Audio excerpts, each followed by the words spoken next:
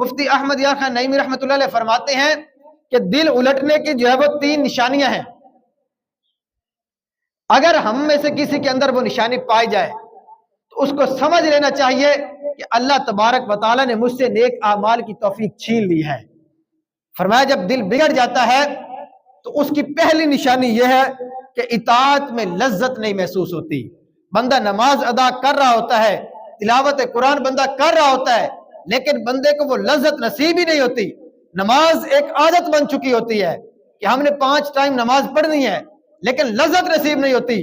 اس کی وجہ کیا ہوتی ہے کہ بندے کا دل الٹ دیا جاتا ہے، اس کے نیک اعمال کی لذت محسوس ہی نہیں ہوتی. دوسرے نمبر پر فرمایا گناہوں سے خوف محسوس نہیں ہوتا. جب دل الٹ جاتا ہے تو گناہ کرتے ہوئے بندے کو اللہ پاک کے عذاب کا خوف نہیں ہوتا. حالانکہ پتہ ہوتا ہے کہ میں یہ حرام کام کر رہا ہوں، میں یہ ناجائز کام کر رہا ہوں، لیکن اس کے باوجود کیے جا رہے ہیں. اس کی وجہ کیا ہے کہ بندے کا دل الٹ دیا جاتا ہے، اسے گناہوں سے خوف ہی محسوس نہیں ہوتا. یہ ایک عذاب ہے کہ گناہ بھی کر رہے ہیں اور گناہ کا جو ہے وہ عذاب کا خوف ہی محسوس نہیں ہو رہا. یہ بھی اللہ پاک کی طرف سے ایک عذاب ہے، روحانی عذاب ہے.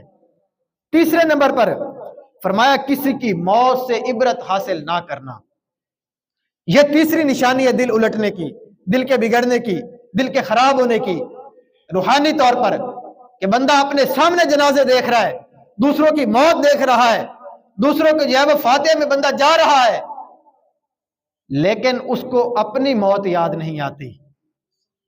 اس کو اپنی موت یاد نہیں آتی، وہ ان کی موت سے عبرت حاصل نہیں کرتا. یہ بندے کے دل پلٹنے کی تیسری نشانی ہے.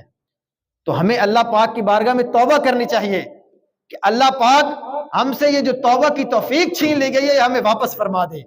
اور ہم سے اگر گناہ ہو جائے تو ہم اس کی بارگاہ میں توبہ کریں، ہم اس کی بارگاہ میں توبہ رجوع لائیں، تاکہ اللہ تبارک و تعالیٰ جو ہے وہ ہم سے اپنی نیکیوں کی توفیق نہ چھینے اور گناہوں سے بچ کر زندگی گزارنے کی ہمیں توفیق بھی عطا فرمائے.